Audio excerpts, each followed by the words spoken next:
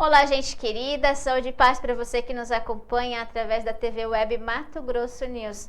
Como sempre, é uma grande alegria chegar até a sua casa, através no seu trabalho, no lugar onde é que você está, através do nosso podcast Mentes Livres Leves. E hoje, em especial, no dia 20 de novembro, com uma temática muito importante para todos nós brasileiros. Hoje, dia 20, então, de novembro, celebramos as conquistas da consciência negra. Não só as conquistas, mas também enfatizamos as lutas e que nós ainda precisamos travar para conquistar os direitos da população negra e para que o nosso Brasil, um Brasil de todos, possa de fato viver numa sociedade igualitária, onde os direitos são de igualdade para todas as pessoas. E nesse dia não poderia deixar de passar batido, chegar até você, a sua casa, aos seus, para trazer esse tema para nós refletirmos juntos. É sempre uma alegria para mim poder contribuir com uma temática que faz o Brasil ser um Brasil de verdade. Nós aqui no nosso podcast, a gente sempre fala de que nós precisamos ser mais humildes, ser mais humanos, viver de verdade e não de mentiras. Então, todas as vezes que nós temos essa possibilidade de trazer temas que ajudam a população a refletir e colocar a mão na consciência, para mim é uma grande alegria. E para nós falarmos desse tema que nós consideramos muito importante, nós temos aqui a Elisângela, que atualmente é presidente, coordenadora? Presidente do Movimento Negro aqui em Rondonópolis. Na verdade, ela é um monte de coisa aqui, né? E eu vou deixar para que ela se apresente, para você conhecê-la melhor. E também ela vai nos apresentar o movimento negro e algumas estatísticas, né, dessa temática aqui para nós no dia de hoje. Elisângela, que bom que chegou o seu dia de estar aqui. Então, uma alegria estar aqui com você, com seu público, conhecer um pouco a realidade e partilhar e aprender um pouco com vocês. Então, meu nome é Elisângela Bezerra, atualmente sou uma criança da Vila Operária. A grande Vila Operária. Grande Vila Operária. Então você é nascida em Rondonópolis. Nascida em Rondonópolis. Uhum. Nasci e cresci em Rondonópolis. E desde criança eu participei, quando criança, no caso lá na Paróquia São José Esposo, eu participei do projeto da criação, quando criou a Associação Koblenz Brasil Cobra. Então, o Cobra está em Rondonópolis desde o final da década de 80. Eu fui uma das crianças assistidas e aí comecei a militância já desde pequena. E na década de 80, através do Padre Francis e algumas pessoas da comunidade, conheci a pastoral afro-brasileira, que também no final da década de 80, a campanha da fraternidade trouxe o tema, trouxe a temática de trabalhar a questão da discriminação e do preconceito e da valorização do povo negro na igreja. E de lá para cá fui conhecendo primeiro a luta dentro das comunidades eclesiais de base, na igreja. Depois cresci, terminei o ensino médio, comecei como voluntária na Associação Cobra, terminei o ensino médio e fui convidada, como era uma das crianças do projeto, fui convidada para morar na Alemanha, para aprender o alemão e partilhar o trabalho, para dar continuidade nos trabalhos aqui em Rondonópolis. Gente, isso eu não lembrava. E na Alemanha foi que eu tive a consciência do que é ser negro no Brasil. Explica pra gente, você que teve essa experiência. A partir da experiência que eu tive na Alemanha, e por grande incentivo dos padres, principalmente do Padre Francis, ele falava muito da importância da gente se conhecer. Conhecer sua origem, conhecer sua essência, conhecer de onde você vem. Quem é o povo negro? De onde vem? E aí muitas pessoas me perguntam assim, eu morei de 99 a 2002 na Alemanha. Muitas pessoas perguntam assim, mas você como negra, você não teve problemas na Alemanha de racismo? E aí? Eu falo que aqui é mais desafiador. Mais desafiador. Aqui é mais desafiador. Eu costumo usar a palavra desafiador do que outras palavras. Difícil, problema, desafiador. Aqui é mais desafiador, porque aqui o racismo, ele é mais velado. Ou seja, a gente encoberta, coloca debaixo dos panos. Isso, a pessoa te dá um tapinha nas costas, fala que tá tudo bem, mas te prejudica, tira oportunidades, maltrata. Então, aqui é muito, muito, muito, muito mais desafiador. Pelo menos pela experiência que eu tive. Que eu vou partilhar aqui com você e com o seu público o que eu participei, sim, o que eu conheço e do que eu vivi. Voltei para o Brasil para coordenar as questões do projeto da Associação Cobra aqui em Rondonópolis. E de lá para cá, o projeto Cobra tem 3 programas principais, que é o programa que trabalha com crianças, o programa que trabalha no centro juvenis, no contraturno, e um trabalho voltado para profissionalização, que é a Bolsa de Estudos. E a minha preocupação era conseguir uma ajuda e um apoio para os meninos que terminassem o ensino médio. Terminou o ensino médio, e aí? Que aí como já não fazia mais parte do programa. Como é que aí não fazia mais parte do programa? Como é que esses meninos, esses jovens, essas meninas, vão entrar na universidade? Aí eu ouvi falar de um professor pós-doutor na UFMT, na época, que tinha um cursinho pré-vestibular gratuito. Legal. E esse professor, pós-doutor Flávio Antônio da Silva Nascimento, que é o professor Flávio, hoje aposentado, mora em São Paulo, ele tinha um modelo, ele criou o Movimento Negro de Rondonópolis, junto com alguns militantes e algumas pessoas do Jardim Atlântico e da universidade. Lá eles tinham, no Jardim Europa, quando eu conheci, esse modelo de cursinho pré-vestibular. Então, esse cursinho era composto por professores, alunos da universidade, alguns professores voluntários, e a inserção, a entrada no cursinho era pela renda socioeconômica regressiva. Ou seja, quem tivesse a menor renda poderia entrar no cursinho. Uhum. E desse cursinho, assim, teve grandes resultados. Porque oportunizou a população, quem não tinha condições de pagar um cursinho pré-vestibular, oportunizou um estudo de qualidade para que ele entrasse na universidade.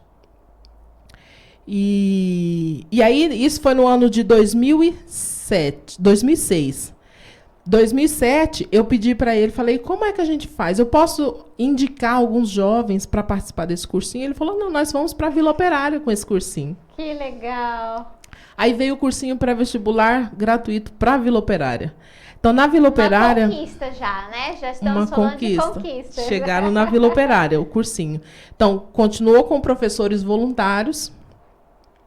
Eles vinham aos finais de semana, o primeiro cursinho, a Escola Daniel cedeu espaço, Daniel Martins de Moura, cedeu espaço, a direção na época cedeu espaço, e aí a gente utilizava a escola no sábado, à tarde, e no domingo de manhã. Uhum. Então, funcionou durante 6 meses, esse primeiro ano, esse primeiro modelo do cursinho. Dessa turma, desse primeiro modelo de cursinho, tem jornalista, tem biólogo, tem historiadores, geógrafos, tem agrônomos dessa primeira turma. E agora, em março agora, nós tivemos um dos meninos que foi do Cobra e que hoje que participou desse cursinho, terminou o doutorado. Uau, eu imagino, né? O coração deve ficar assim... E assim, algumas conquistas, eu fico muito feliz de ver a conquista deles, porque assim, receberam oportunidade de estudar. De lá para cá, em 2009, o cursinho municipalizou, virou uma política pública. Então, não era mais com professores voluntários. Na época, o prefeito José Carlos, que ganhou a eleição para prefeito, ele institucionalizou o cursinho e ampliou. Então, passou de 100 vagas, passou para 600 vagas. Uau! Né? E até uns anos mais seguintes, 1.000 vagas, distribuído em vários bairros da cidade. Né? Então, o movimento negro de Rondonópolis, então, eu conheci o movimento negro de Rondonópolis em 2006. Calma aí, vamos lá. Vamos voltando. Você, então, através de participar de um cursinho, vocês falam do Cobra? Cursinho pré-vestibular, sim, através do Cobra, como criança. Olha, gente, aqui para vocês verem, a gente fala muito da questão da referência, Elisângela, porque, assim, infelizmente, a gente ainda, os nossos jovens e adolescentes carecem de referências, né? Então, você teve uma referência, você foi acolhida num ambiente onde eles te mostraram valores, te deram oportunidades, e isso despertou em você, já estava em você e despertou em você esse desejo de continuar e retribuir. Então, a gente precisa muito, né? E também por isso que a gente traz vocês aqui, para que as pessoas possam conhecer. Sim, as referências, agora, a cada dia, eu aprendo um pouco mais sobre a questão das referências, sobre a questão racial, por exemplo. Porque naquela época eu não tinha conhecimento de onde vem o povo negro, quais a importância. Porque na escola, no Brasil, na Alemanha, eu pude aprender através dos livros que eu estudei lá, que eu vi lá. Você fala alemão? Falo alemão. Que é uma das questões de preconceito que tem aqui no município, que é assim, as pessoas se assustam. Legal. Por quê? Por que uma pessoa como eu não pode falar alemão? Isso é o preconceito que está intrínseco, que pessoas negras não têm capacidades ou condições de aprender uma outra coisa, de avançar. Né? Isso é o que a gente aprende. Isso é uma política que vem desde a colonização. Ou que a população negra não pode o melhor, o diferencial não deve. Onde nós somos acostumados a ver a população negra? Em espaços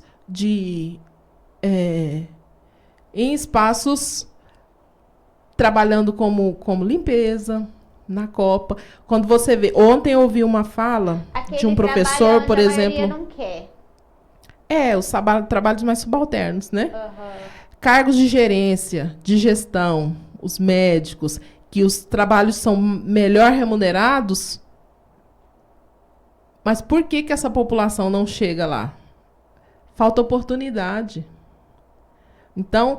Assim, o movimento negro tenta trazer essa questão do conhecimento e da valorização de quem você é. E que você pode... Eu tento colocar para as crianças e para onde eu estou, para eles aprenderem a sonhar e acreditar. Porque desde muito pequeno, a criança negra ela já aprende que ela não pode e que ela não vai conseguir. Isso é um dos limitantes. Porque enquanto uma criança... Porque as crianças negras, desde muito pequenas, elas têm vontade de não ter o cabelo que tem, não ter a cor de pele que tem. E por quê? Porque a gente aprende, a gente vê na televisão. Na época, quando a gente era pequeno, por exemplo, a gente cresceu assistindo a Xuxa. Sim. Né? As referências que tinha de arte. As referências de beleza. Qual que são as referências de beleza que tem na televisão? Agora está tentando reparar um pouco isso. Está começando devagar, tem as conquistas. Mas ainda há passos bem lentos. Né? Então, assim, a questão voltada para a população negra, as oportunidades ainda são poucas. Né? A questão da visibilidade da população negra ainda não é oportunizada. Né? Hoje, por exemplo, no dia 20 de novembro, muitas escolas, muitos grupos estão falando sobre o Dia da Consciência Negra. Mas por que surgiu o Dia da Consciência Negra? Muita gente critica e tem muitas pessoas que falam por quê? E para que ter o Dia da Consciência Negra?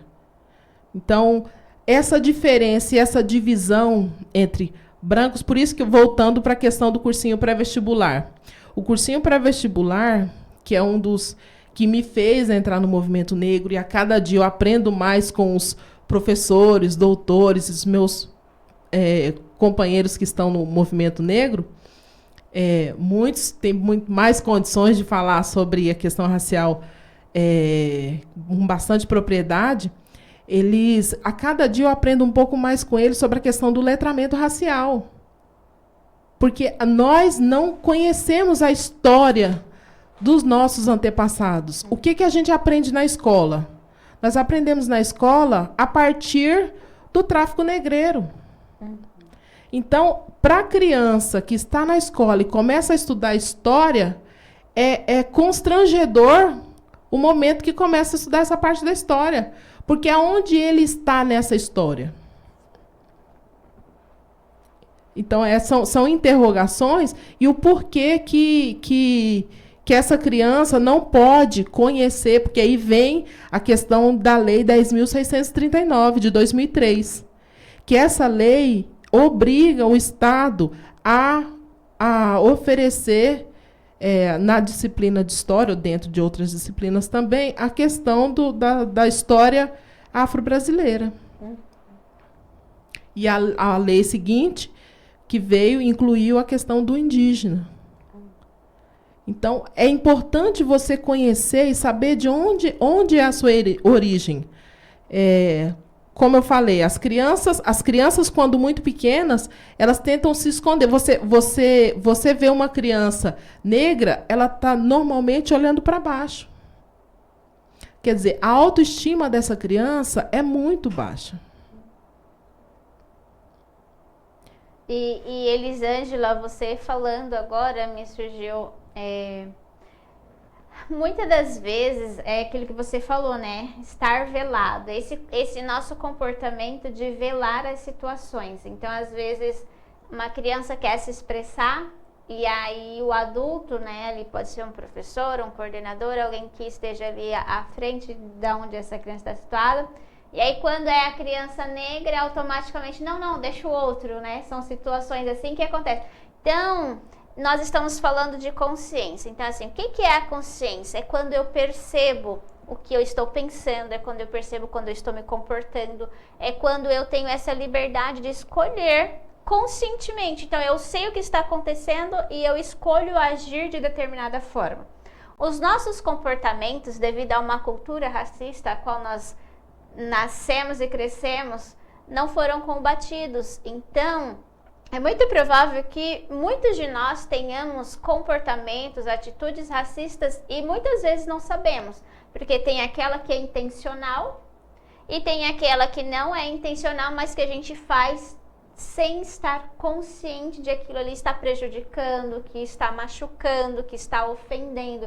Então a ideia aqui é trazer o Brasil realmente para refletir, né, e abrir essa consciência. Então, porque você tocou no assunto que eu também ouço, mas para que consciência negra? Porque começa daí o preconceito, as pessoas começam a dizer isso, né? Começa daí o preconceito, quando se cria uma data ou quando se cria direitos em função da população negra, aí que começa o preconceito. Então a gente percebe que já tem, né, um racismo enculturado em que as pessoas não se dão conta que são.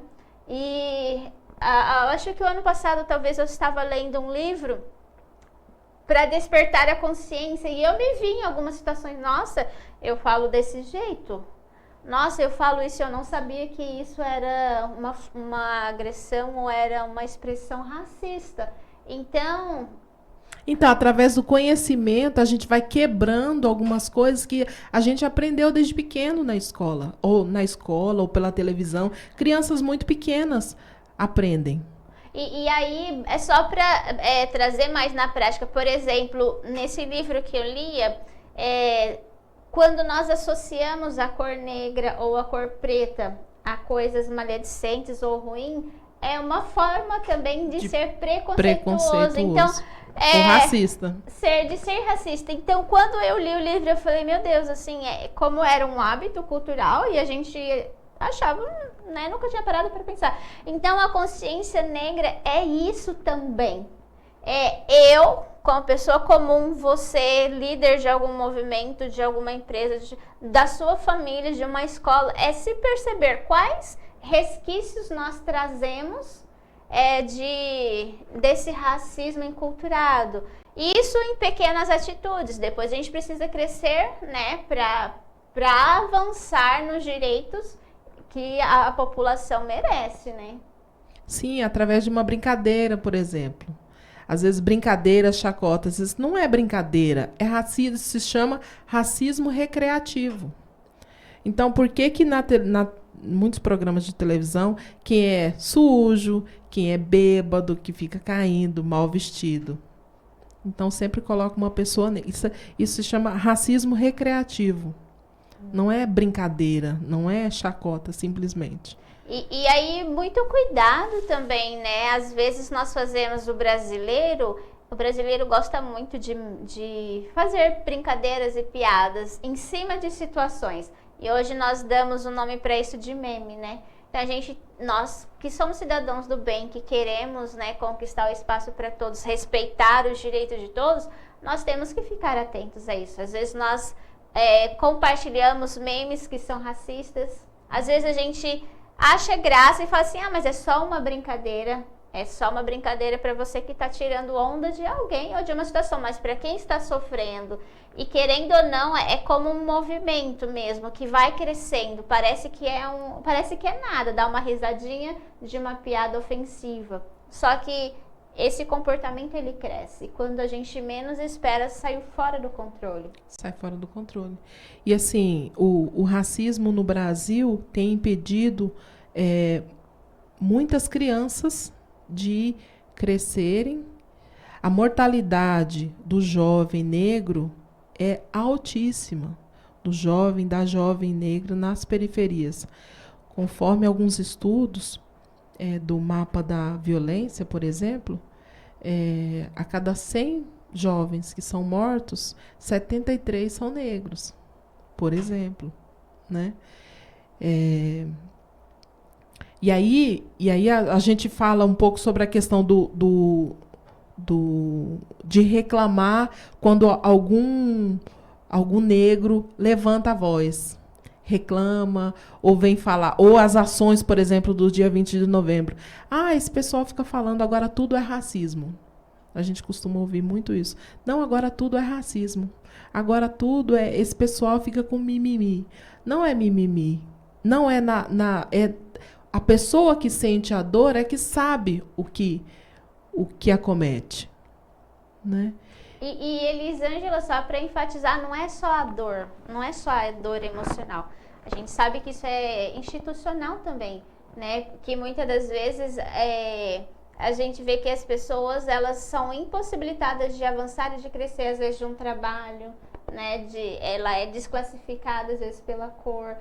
Às vezes de estar engajada em algum grupo é desclassificada pela cor. Então, não é só a dor emocional. Isso cresce como uma instituição mesmo, né? O racismo estrutural é um dos grandes problemas que acometem o Brasil.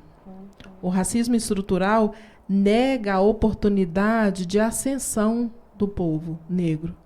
Crianças, por exemplo, tem uma pesquisa que traz que um jovem negro demora 9 gerações para ter mobilidade social, ou seja, deixar de ser miserável para ser, por exemplo, de classe média. Para essa mobilidade social, demora 9 gerações.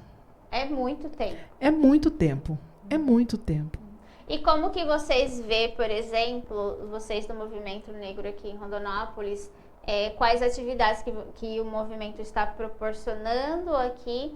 E também, como que vocês percebem índices no Brasil que avançam, que estão, de fato, trabalhando para erradicar o racismo, o preconceito e favorecer a população negra? Assim, não sei se infelizmente, mas infelizmente, nessa geração a gente não vai ver grandes mudanças. Mas a gente vai celebrando e a gente fica feliz com os pequenos avanços. As leis que são propostas, a visibilidade das pessoas negras que estão aumentando, as oportunidades que estão aparecendo. Na televisão, mesmo com algumas reclamações, tem aparecido mais pessoas negras. Então, a visibilidade está chegando. Aqui em Rondonópolis, eu vou falar pela minha experiência, né? Sim. Aqui em Rondonópolis, eu pude acompanhar alguns avanços dentro dessa questão do cursinho pré-vestibular. Uma das propostas do Movimento Negro de Rondonópolis é a federalização do cursinho pré-vestibular. Ou seja, esse modelo de acompanhar o jovem quando termina o ensino médio ou no último ano do ensino médio e oportunizar para que ele consiga conteúdos e consiga o material para adentrar a universidade, porque um dos lemas do movimento negro é através da educação que a gente consegue mudanças. Isso que eu já ia perguntar, né? Porque você então, enfatiza através a questão do da educação, a gente consegue mudar muitas realidades. Então, não adianta eu chegar lá e ser muito agressiva, apesar que tem muitos militantes e muitas pessoas que trabalham com a questão racial que não aguentam mais. Não é fácil, simples ter paciência, porque às vezes a dor do racismo e do preconceito que acomete a população negra é tão grande e a revolta é tão grande que você não consegue mais ter paciência. Ter paciência. Né? Mas através da educação a gente consegue mudar muitas realidades. A gente consegue essa ascensão, essa visibilidade para a população negra. A questão da Lei 10.639, por exemplo. O pessoal do movimento negro fica criticando, falando que tem que conhecer a questão da África. Não é conhecer só. Agora a gente não vai conhecer mais sobre a história da Europa, a história da Grécia, esses outros locais. Vamos conhecer também. Por que foi negada a origem africana? Por que foi negada essa história? Por que a gente não vê a questão positiva dos reis e rainhas que existiram na história? Então, você negar a história da própria pessoa é de uma crueldade tremenda. Então, através da educação, como o movimento negro sempre prega, através da educação a gente consegue viver em sociedade, a gente consegue quebrar muitos preconceitos, quebrar paradigmas e avançar. Dentro da questão, voltando para a questão do... Sempre volto para a questão do... Porque fica no coração, né? A questão do cursinho pré-vestibular. Porque eu pude viver e ver o avanço de muitos jovens através do cursinho. E dentro da renda socioeconômica regressiva, e assim, o cursinho, desde o início, quando o movimento negro começou, era para negro pobre, branco pobre. Então, o racismo só vai ser combatido, o preconceito e a discriminação, se os dois trabalharem juntos. Não adianta ficar brigando. É revoltante? É. É violento? Quais são os corpos que estão morrendo? Quais são as pessoas? Nós falamos, o seu podcast é sobre saúde, né? Então, quais são os corpos que estão morrendo? Quais doenças acometem mais a população negra e por quê? Então, através dessas questões, a gente consegue, através da educação, a gente consegue mudar. Ou seja, abrir caminhos, né? A educação, ela desperta a nossa consciência, abre caminhos e é a forma inteligente de agir, né? Para conseguir, de fato, os espaços onde a gente quer alcançar. Sim. E aproveitando que você deixou a questão da saúde da população negra, né? Como que anda o acolhimento à população? Você fez uma pesquisa, né? Quais as doenças que mais acometem a população negra? E aí a gente chegou a um resultado: suicídio, saúde mental. Saúde mental. Então, tem algumas doenças que acometem mais a população negra, como pressão arterial, diabetes tipo 2, pressão arterial, diabetes tipo 2, anemia falciforme, que até algumas pessoas dizem, essa é uma doença de negro, que é a anemia falciforme. E, dentre as pesquisas, que traz até o Ministério, no site do Drauzio Varela e do Ministério da Saúde, traz o suicídio. E aí a gente Porque já aí sabe entra que na a questão da saúde mental. Saúde né? mental. Ou seja... Não é uma doença em si, né? O nome não é a doença, mas traz a saúde mental. Porque daí, quais são os índices, né? Por que eles adoecem a ponto de desistir da própria vida? A dor que é muita. A dor. Não aguenta mais. Eu tenho pra mim que a rejeição, ela é uma das maiores dores da humanidade, né? Então, você não ser reconhecido na sua dignidade como ser humano, não ser acolhido e não ser reconhecido, não te possibilita essa vida com dignidade. E a gente acha que as pessoas elas são felizes porque buscam, porque tem, mas a gente sabe que não é. É o ser acolhido e ser reconhecido naquilo que ele de fato é. Então, quando o negro, a negra se encontram em situação onde eles são rejeitados porque nasceram assim, aí vem as dores. Porque tem uma política de desumanização. Quem é humano e quem não é humano. Como que se desumaniza a pessoa negra. E aí, quais são, por exemplo, as maiores queixas, né? Aí você trouxe aqui o aluno, a criança que não consegue levantar a cabeça, que não consegue olhar para frente porque de fora já está vindo uma pressão muito grande, ou seja, a autoestima dessa pessoa ela não consegue mais lutar sozinha, né? E aí a importância dos movimentos, porque se unem forças, porque igual você disse... Não só os movimentos, tem os movimentos, tem alguns grupos aqui no município, tem alguns grupos nacionais que têm redes aqui no município também, mas todos juntos podemos lutar com a questão do letramento racial, através do conhecimento, nós podemos combater o preconceito e o racismo, né? Respeitando o outro, respeitando, conhecer os saberes do outro, valorizando o que é do outro. Que aí já abrange também uma questão que a nossa sociedade parece que cada vez caminha para o fim, né? Essa questão de respeitar o outro, de reconhecer o valor do outro pelo simples fato de ser humano.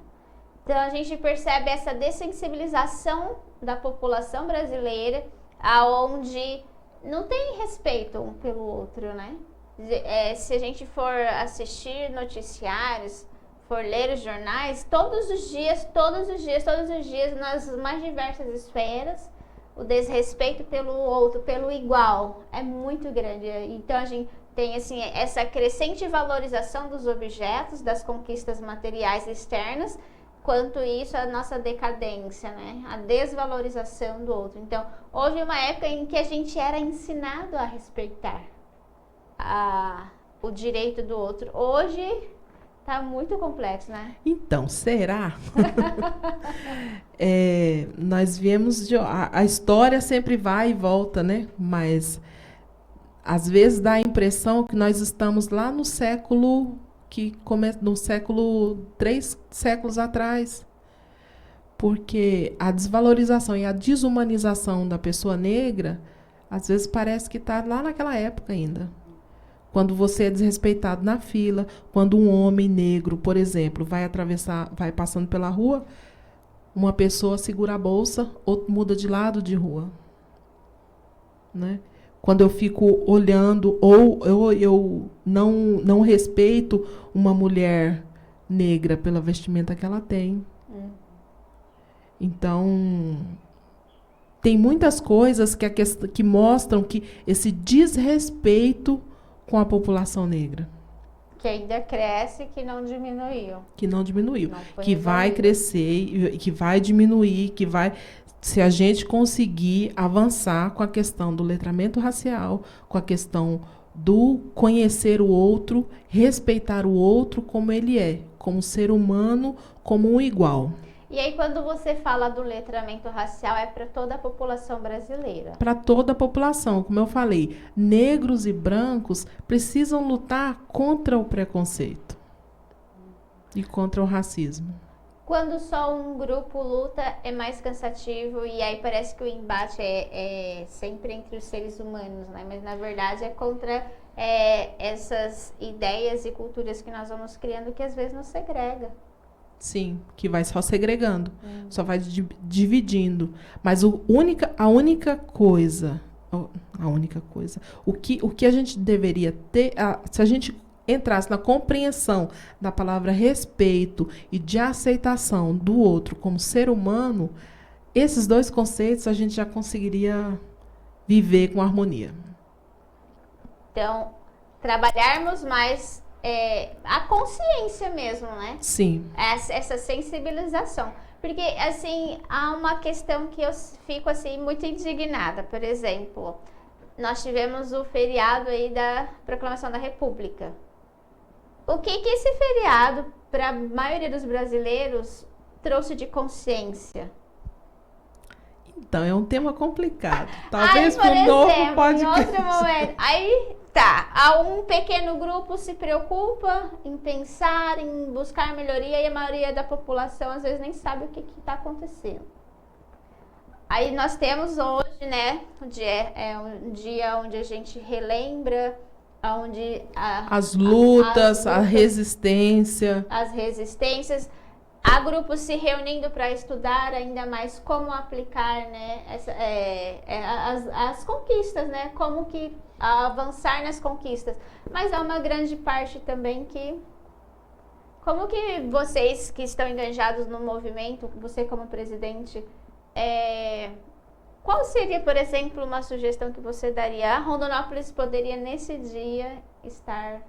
ou nesse dia, ou durante todo o ano, fazendo tal atividade, ou tais buscas para alcançarmos os objetivos deste dia, que é lembrado, comemorado. Porque como eu falo para a equipe, para o grupo, lá na Pastoral Afro também, não é só o dia 20 de novembro que deveria ser o dia da consciência, né? A cada dia do ano, nós deveríamos trabalhar e exercitar o respeito para com o outro. Por que o outro tem que ficar só nos serviços subalternos, não recebe oportunidades ou garantias de direito, enquanto um outro grupo recebe? Então, a cada dia, durante o ano, nós podemos, os professores na escola podem trabalhar a questão da equidade, da igualdade, do respeito com igualdade entre os alunos. Os colegas de trabalho, respeitar um colega de trabalho sem piadinha, sem o tal do racismo recreativo. Então, é um começo, cada um também tem que ter essa consciência de olhar para si. Isso. Começar a estudar um pouco o que é a questão racial, de onde vem alguns preconceitos, de onde vêm alguns vocabulários que a gente utiliza e a gente precisa deixar de utilizar, porque isso fere o outro, isso machuca o outro, isso diminui o outro. Então, para você que está nos acompanhando e para você que vai nos acompanhar depois, uma das grandes mensagens que nós queremos também deixar aqui no dia de hoje é que essa consciência, ela comece a partir de você. Você se avaliando, você tem crenças limitantes a respeito do respeito, né, das diferenças. Você tem algum vocabulário que você utiliza e que você não sabia que vem de uma cultura racista. Você abre espaços, você defende quando você está diante de uma injustiça. Como que você se posiciona? Você fica recuado ou você também tenta ali praticar a justiça? Então, a mudança, ela tem que começar do nosso querer de fazer a diferença. Às vezes a gente pensa, mas só eu não vou fazer a mudança. Faz. Para a vida de alguém faz, para sempre, né? Muita diferença, muita diferença. Então, resistir, eu tenho costume dizer para os meninos lá, a gente precisa resistir, sempre um dia de cada vez, lutando, conhecendo e falando um pouco sobre como quebrar essas desigualdades, como quebrar o preconceito, como aceitar o outro. Então, resistência, resistir, persistir, para continuar existindo. Para continuar existindo. E você falou que talvez essa geração não vai ver tantas conquistas, mas eu vejo também como uma grande missão, né? Conquistas a gente não consegue grandes mudanças. Grandes mudanças estão sendo plantados. Então, é como também as outras gerações foram plantando para nós termos as conquistas de hoje, nós plantando para que outras gerações tenham as conquistas. Tenham as conquistas, para que outras gerações tenham as conquistas. E por isso não podemos deixar de resistir. Isso. Resistir para continuar existindo. Para continuar existindo. Merecemos, né? Merecemos. Obrigada pela oportunidade. E na próxima, você pode, talvez venha outro membro do movimento negro para falar sobre essa questão do letramento racial, ou sobre a Lei 10.639, ou sobre preconceito linguístico. Quais são essas palavras que a gente usa no cotidiano que são preconceituosas ou que poderiam ser preconceituosas, que muitas pessoas utilizam e que é um termo racista.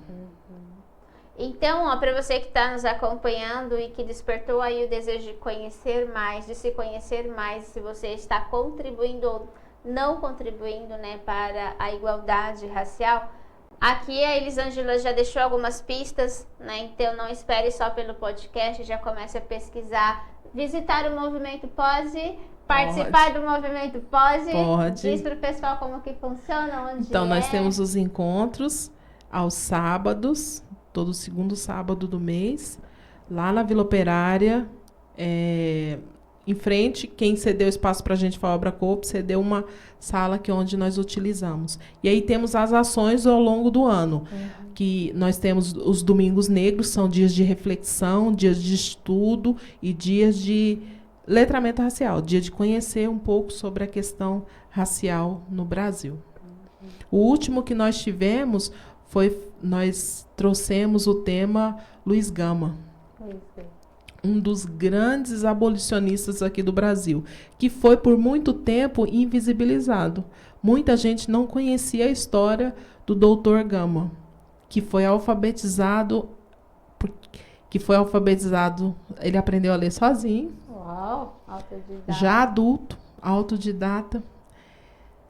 Uma pessoa assim incrível, que assim a biografia dele é de se esperançar.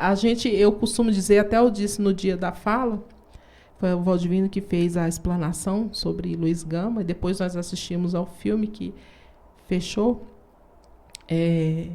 Ele nos dá a esperança de que pode ser diferente, de que as pessoas podem aprender, sim, e que a gente pode ir galgando um país ou esperançar por menos discriminação e por menos racismo. E que as pessoas consigam ser vistas e ser aceitas como iguais. Dentro da sua subjetividade, né? Dentro da sua subjetividade. Todos os seus direitos como pessoas, como sociedade, possam ser garantidos. Sim. Né? Elisângela. Obrigada. Você quer deixar uma mensagem final, um recadinho final? Alguma coisa que a gente poderia ter falado e não puxei aqui, tá? Então, só agradecer a oportunidade e convidá-los para que venham participar do Movimento Negro. O Movimento Negro de Rondonópolis é um movimento que trabalha principalmente divulgando a questão do conhecimento racial. Então, através do conhecimento, através dos estudos, a gente consegue ter mais fôlego, ter uma sociedade, um município mais unido e com mais igualdade. Obrigada. Obrigada, então, né, você que veio representando o Movimento Negro. Obrigada a você que nos acompanha aqui no podcast, né, que ficou conosco até agora. Então, a nossa mensagem para esse dia de hoje, um dia de não vamos engavetar, né? Vamos expandir cada vez mais para que a gente possa realizar esse sonho de ter um Brasil, uma sociedade onde exista equidade, onde exista justiça, onde nós aprendamos todos os dias. A gente precisa aprender todo dia, por mais bom que a gente acha que seja, todos os dias a gente precisa aprender mais sobre o respeito na prática. Não pode ficar só aqui, nem só aqui. Tem que partir para a ação. Então, o podcast é para mim hoje E eu acredito que é para você também que está nos acompanhando. Nós agradecemos você, desejamos que você tenha uma ótima semana. Leve esse podcast para outras pessoas, nas suas rodinhas de conversa. Não fica só no Zap, não fica só falando da vida dos outros, não. Pesquisa assuntos que são relevantes e que fazem a diferença. É isso que eu desejo para você que nos acompanha. Muito obrigada, Deus abençoe. Uma outra oportunidade, né, de vocês estarem aqui para a gente abordar ainda sobre a temática da consciência negra. E o nosso podcast de hoje é isso. Um grande abraço e até mais.